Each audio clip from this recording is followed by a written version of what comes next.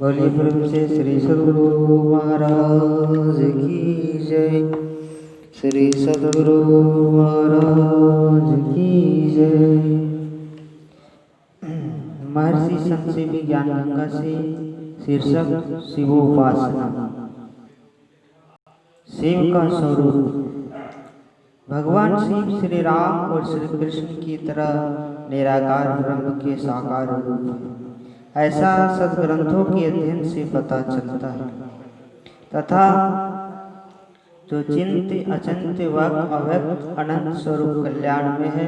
प्रशांत अमृत जो ब्रह्म और निखिल ब्रह्मांड का मूल कारण है, जिसका आदि मध्य और अंत नहीं, जो एक अर्थात अद्वित है, विभु चिदानंद अद्भुत है। उस उमा रहित ब्रह्म विद्या परमेश्वर को समस्त चराचर के स्वामी को प्रशांत स्वरूप त्रिलोचन नीलकंठ महादेव परस्पर पार ब्रह्म को, जो सब भूतों का मूल कारण है, सबका साक्षी है तथा अविद्या से रहा है, उनको मुनि लोग ध्यान के द्वारा प्राप्त करते हैं।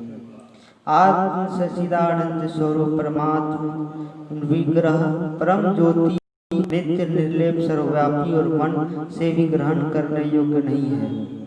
यह मेरा ही स्वरूप है जो सभी प्राणियों में व्याप्त है। इस आत्मा को सर्वत्र देखने वाला शोक मोह से ग्रस्त नहीं होता।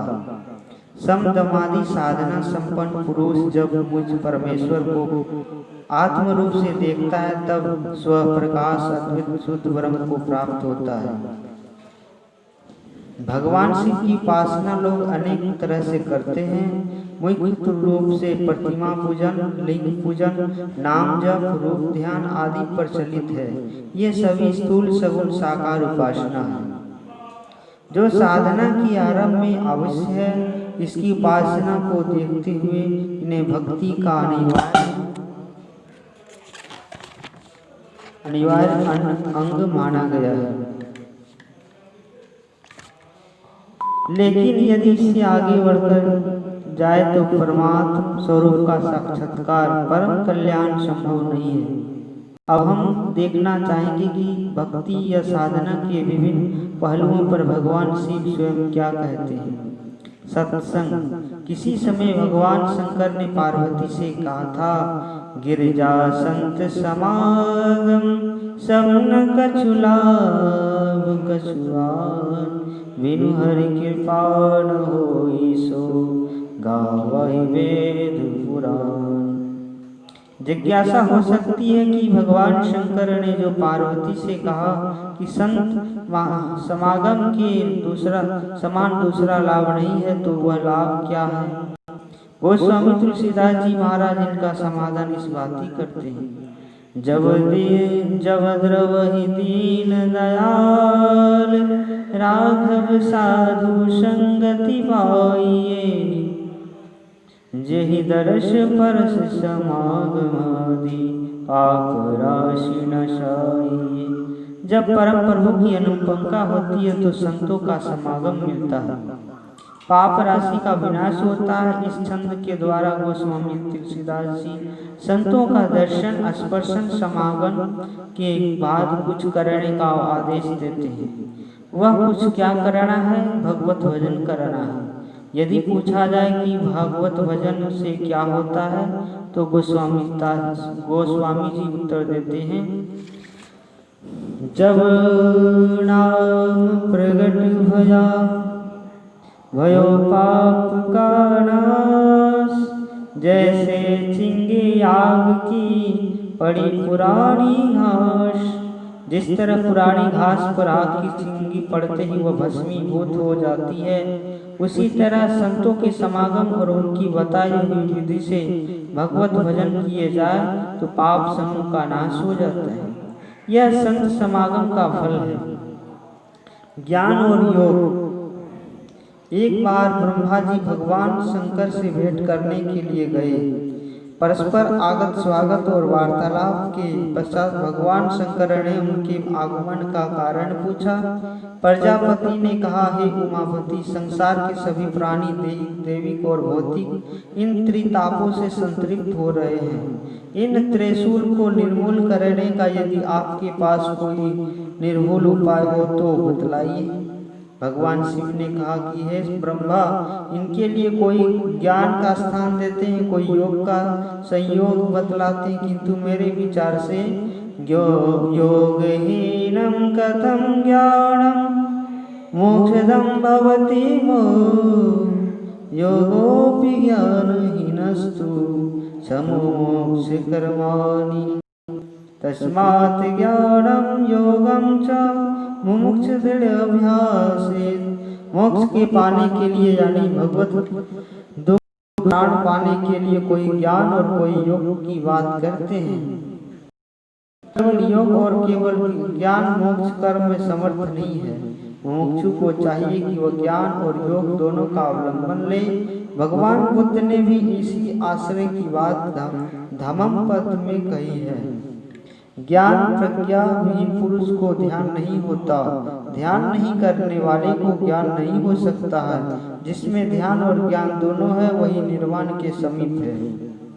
गोस्वामी तुलसीदास जी के शब्दों में हम कहेंगे, धर्म ते विरति योग ते ज्ञान मोक्ष प्रद वेद वखाना। योग शास्त्र के योग के 8 अंग बताए गए हैं। यम, नियम, आसन, प्राणायाम, प्रत्याहार, धारणा, ध्यान और समाधि। वेदांत शास्त्र में ज्ञान के 4 भागों में विभक्ति किया गया है, श्रवण, मनन, निधिध्यासन और अनुभव।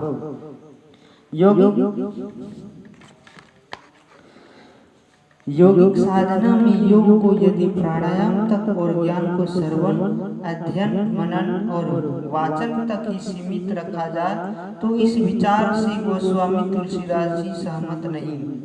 ऐसे योग और ज्ञान के संबंध में उनका कथन है, योग कुयोग ज्ञान अज्ञानो जह नहीं राम प्रेम प्रधानो।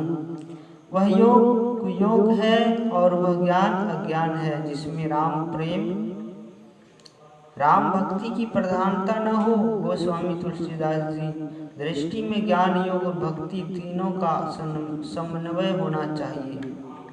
जैसे आकाश में उड़ने के लिए पक्षी को पग और पूंछ तीनों आवश्यक होते हैं, उसी तरह अंतर आकाश में गमन करने के लिए मनुष्य के ज्ञान, योग और भक्ति ये तीनों अत्यंत अपेक्षित हैं। योग करने की जहाँ तक बात है, गुरु नानक देव जी महाराज कहते हैं, योगी कौन?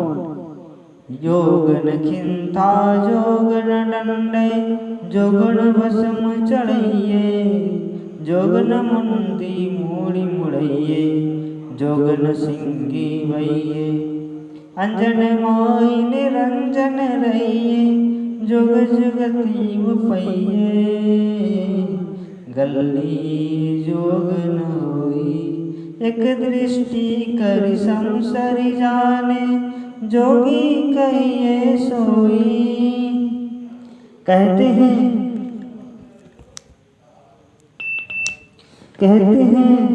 यदि कोई गुदड़ी पहनकर घूमता है इसलिए वह जोगी है, ऐसी बात नहीं। दंड मंडल लेकर फिर रहा है अर्थात शरीर में भस्म लगा लिया है, कमर में मूछ की डोरी पहन रखी है इसलिए वह जोगी है, ऐसी बात नहीं। किसी ने बाल मुड़ा करके या बाल को नोचकर उखाड़ कर फेंक दिया और वह घूम रहा है इसलिए वह जोगी है, ऐसी बात नहीं। संत कबीरदास ने कहा है, मोड़ मुड़ाए हरि मिले तो सब कोई लिए मुड़ाए, बार बार के मुड़ते भेड़ विकुंठ न जाए, केसन का बिगाड़िया जो मूड़े सो बार, मन की क्यों न मूड़िए जावे विषय विकार। यदि कोई कहे जब बाल मुड़ाने से हरि नहीं मिलते हैं तब बाल मुड़ाने से दाढ़ी बढ़ाने से तो भगवान मिल जाएंगे, ऐसी बात भी नहीं है। यदि बाल दाढ़ी बढ़ाने से भगवान मिल जाते तो सबसे पहले जंगलवासी बाघ और सिंह को मिल जाते। उसका बाल तो जन्म से ही बड़ा हुआ होता है। बहुत लोग सीटी बाजा बजाते हैं, लेकिन उसी में जोगी नहीं होता। गुरु नानक देव जी दृष्टि में वो होता है जो अपनी दृष्टिधारों को एक कर सकता है। एक दृष्टि करी समसरी राणे जोगी कहिए सोई।